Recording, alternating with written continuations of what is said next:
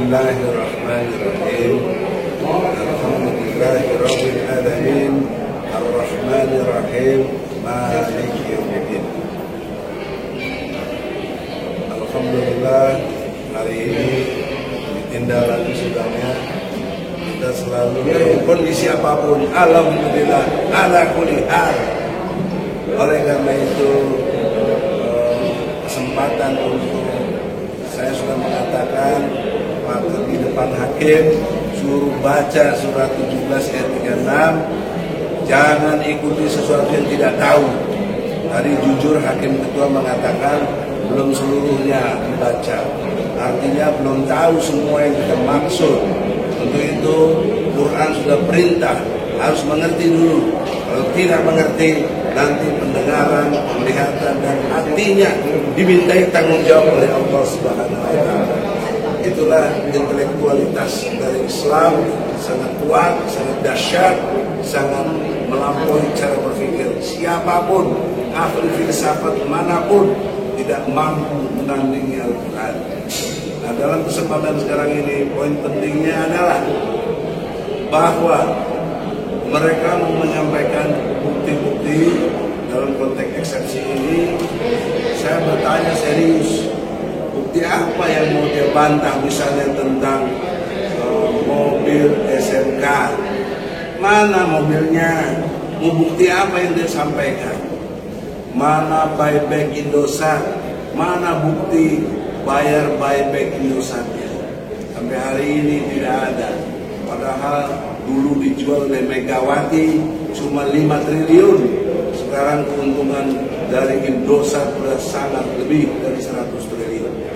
Oleh karena itulah bukti-bukti yang pasti mereka akan sampaikan gampang sekali dibantah, karena fakta yang membantah bukan Egy Sujana, bukan tim lawyer TPUA, bukan prinsipal, fakta hukum yang membantahnya. Memang belum ada itu semua.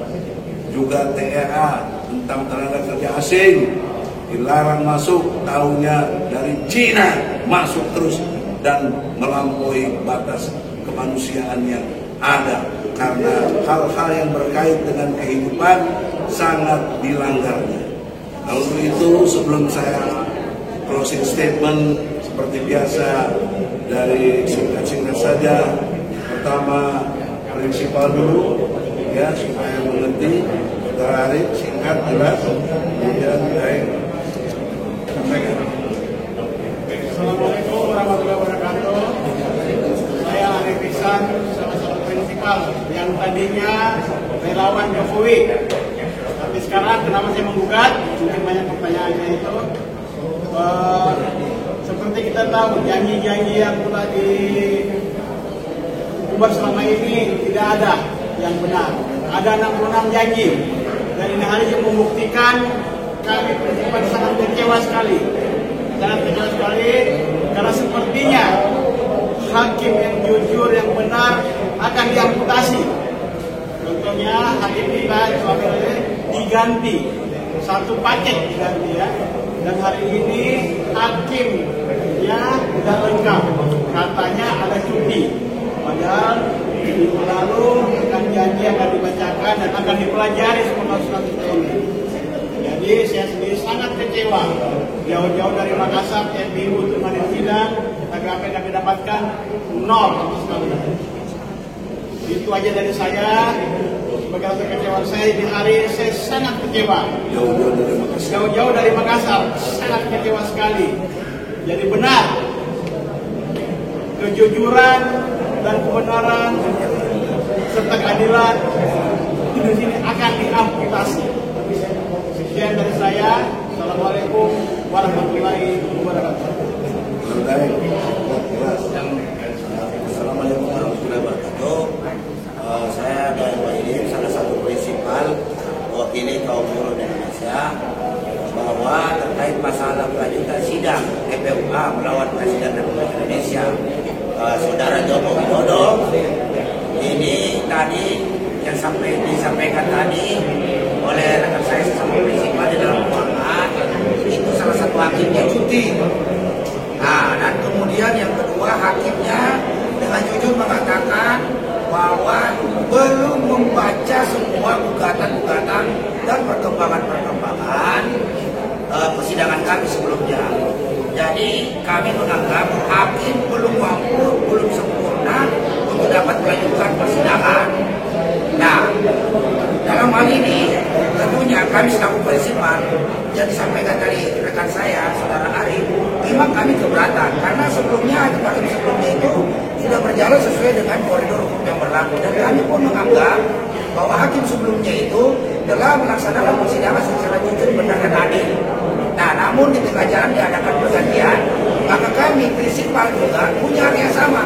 Jika di kemudian hari selama proses perjalanan ini negara, dalam hal ini pihak eksekutif atau siapapun yang mengintervensi jalannya persidangan ini sehingga tidak berjalan secara jujur, benar dan adil, maka kami pun selaku prinsipal akan meminta pergantian hakim untuk hakim yang lama dikembalikan lagi untuk persidangan ini agar keputusan ini dapat diberikan kepada seluruh Indonesia secara jujur, benar dan adil. Itu penting. Ini kami tidak minta ganti-ganti material, uang enggak. Kami hanya minta kebijakan Presiden Jokowi ini pro kepada rakyat. Contoh satu terakhir, Omnibus Law terungkap di persidangan, ternyata perwakilan serikat pekerja tidak pernah menerima naskah akademik selama pembahasan undang-undang. Artinya Presiden Jokowi dan DPR RI telah memutuskan membuat undang-undang yang tidak sesuai dengan peraturan pembuatan perundang-undangan. Ini termasuk kategori perbuatan tercela. Nah, untuk itu kami minta sekali lagi kepada Ketua Pengadilan Negeri Jakarta Pusat, apabila di kemudian hari perjalanan persidangan ini diintervensi oleh pihak-pihak yang tidak bertanggung jawab, maka kami akan minta pergantian hakim. Demikian dari saya. Assalamualaikum warahmatullahi wabarakatuh. Waalaikumsalam.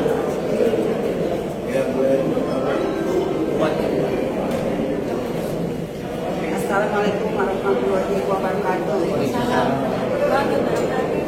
Kita sebagai mama hanya mengingatkan pada Bapak Presiden yang mulia, Bapak Joko Widodo, tolong buktikan bahwa tuntutan dan gugatan dari tim PP2 itu adalah salah. Dengan cara apa? Pak Jokowi hadirlah di persidangan, dan kami sebagai mama, wakil mama juga yang lain menunggu kehadiran Bapak yang mulia di persidangan. Karena itu harapan kami, tolong Bapak buktikan bahwa pemimpin adalah yang amanah, tidak berbohong, dan jujur, adil, dan bisa mengayomi rakyat. Amin. Allahumma. Assalamualaikum warahmatullahi wabarakatuh. Mungkin kita sudah sama-sama tahu, kami minta rakyat mengontrol soal gugatan ini, karena ini untuk kepentingan rakyat seluruh Indonesia. Kami di sini berjuang bukan untuk kepentingan pribadi atau kelompok. Ini benar-benar keprihatinan terhadap bangsa yang saat ini carut marut. Contoh, kita sedang bersidang seperti ini saja, diganti saja paket. Masya Allah, memang kita tahu mereka punya kekuasaan, tapi kita juga mengharapkan ada kekuasaan Tuhan dan kekuasaan rakyat yang juga mampu berjuang untuk menegakkan kebenaran dan keadilan. Dalam hal ini kami minta kepada Bapak Jokowi, tolong kalau bisa Bapak hadir dong. Ini tidak hadir, malahan terindikasi kami dalam gugatan ini terobok-obok. Tolong Pak, bantu kami juga, karena sayang dengan pemerintahan ini ikut menggugat. Dan nggak mau pemerintah ini loss, seenak-enaknya berpindah ke tangan orang lain. Bisa saja yang hadir hari ini sejuta TNI dari TNI yang dari Cina itu bisa-bisa akan menguasai daerah kita. Ini juga kontrol bagi kita rakyat dalam gugatan ini. Jadi kami minta TNI Tentara Merah. Tentara Merah itu kita juga hati-hati. Kami masih percaya pada TNI Polri di bangsa ini untuk mengamankan dan menyelamatkan negara. Kami tidak perlu Cina, kami tidak perlu orang lain. Mereka tamu di bangsa kita, bukan bisa mendirikan posko-posko mendirikan hal-hal yang tidak efisien dan tidak konstitusi. Dalam hal ini kami mengharapkan pemerintah, legislatif, yudikatif, eksekutif, ayo kita bersama-sama dalam gugatan ini demi kepentingan rakyat, demi kepentingan bangsa, bukan kepentingan pribadi dan kelompok yang hadir pada persidangan ini. Mungkin itu yang bisa saya sampaikan. Sekali lagi, ayo bangkit bangsa Indonesia dalam kebenaran dan keadilan, dalam penegakan hukum yang benar dan adil.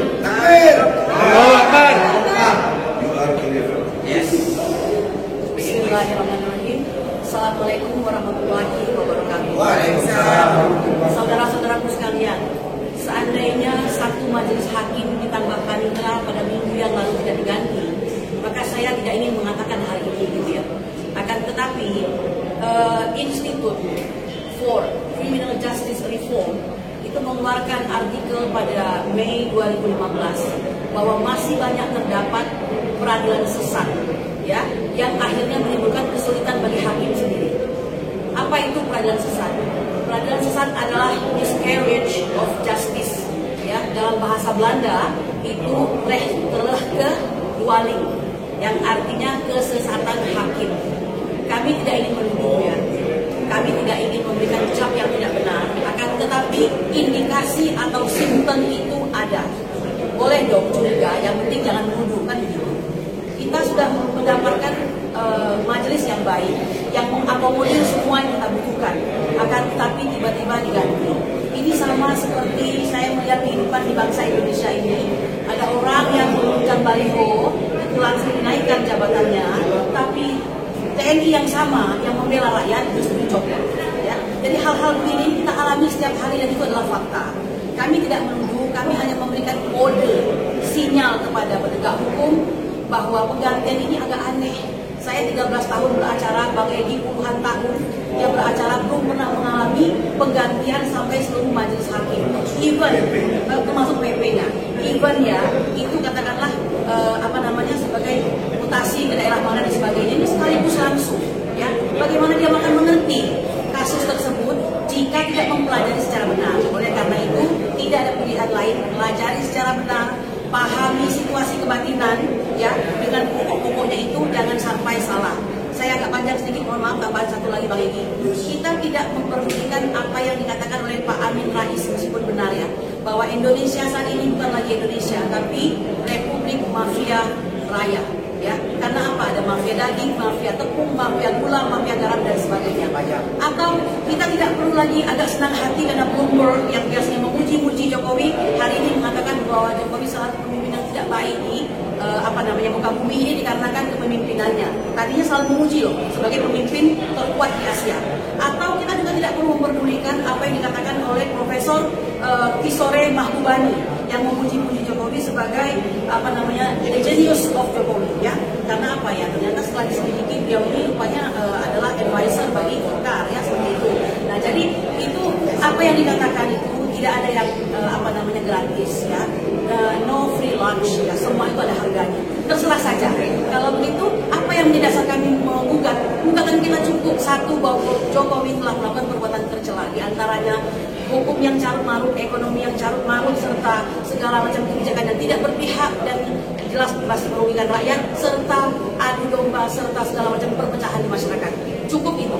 Harusnya, maaf saya katakan, ya, mohon maaf ini salah untuk tim advokasi beliau, ya. Sudah tahu seperti ini sangat gampang dipatahkan sebenarnya. Kalau mereka masih punya dignity, jangan mau menjadi kuasa hukum untuk beliau harusnya. Mengapa? Karena jelas-jelas ini melawan rakyat, ya. Nah, oleh karena itu, kembali saya katakan biarlah itu menjadi pilihan, dan kami TPUA bersama ketua kami yang tercinta, Bang Haji Profesor Dr. Haji Egy Sujana Mastalkes HMSI, memilih berada di pihak rakyat. Terserah walaupun para bazar mengatakan rakyat yang mana yang kalian wakili. Ya, semua rakyat Indonesia. Bahwa hari ini hanya segelintir, tapi juga rakyat, ya. Jadi jangan sampai kalian itu berbicara ngawur. Nah, oleh karena itu demikian saja saya katakan kami bersiap untuk sidang yang berikutnya, memantau dengan jelas, mata kami terus memandang ke depan, dan kami akan terus menegak luruskan sidang ini. Demikian, Assalamualaikum warahmatullahi wabarakatuh. Waalaikumsalam. Tentunya kita mewakili rakyat Indonesia, bukan rakyat Cina. Ya, siap. dalam perspektif hukum, rakyat yang kita wakili termasuk pendukung Jokowi. Para cebong itu kita bantuin. Kan dia juga susah. Emangnya cebong nggak susah? Susah. Suruh bayar pajak, suruh ini, suruh itu, dan lain sebagainya. Dibohongi itu susah juga. Hei para cebong, sadar, kami bantu kalian. Ya, juga tentu rakyat yang kalau mau dibelah, ya, dulu pendukungnya Prabowo kurang lebih 68 juta. Ya, Jokowi memang 75 jutaan lebih. Jadi dia katakan menang. Tapi itu kan satu bukti secara real ada 68 juta orang yang tidak suka, yang ingin ada perubahan. Itu fakta hukum, bukan klaim-klaim. Oleh karena itulah, lanjutan dari peradilan sesat adalah contoh terbaiknya tentang Habib Rizik. Saya sudah katakan kepada Habib Rizik dalam konteks di dunia pers untuk supaya nggak usah lah ikutin sidang, pasti itu sanksi sesat. Nah kita karena lawyer, saya mampu mengatasinya peradilan sesat itu dengan cara tadi bagus sekali, prinsipal sudah cerdas. Bagaimana bisa mengganti hakim dan seterusnya begitu dan seterusnya begitu. Jadi sampai kapanpun tidak akan selesai kalau masih ada hakim yang berpihak kepada ketidakjujuran, kepada ketidakadilan dan ketidakbenaran. Osmundir yang saya buat sebagai satu teori itu adalah objektivitas yang harus kita bangun, yang harus kita pikirkan sebagai satu bentuk metode berpikir.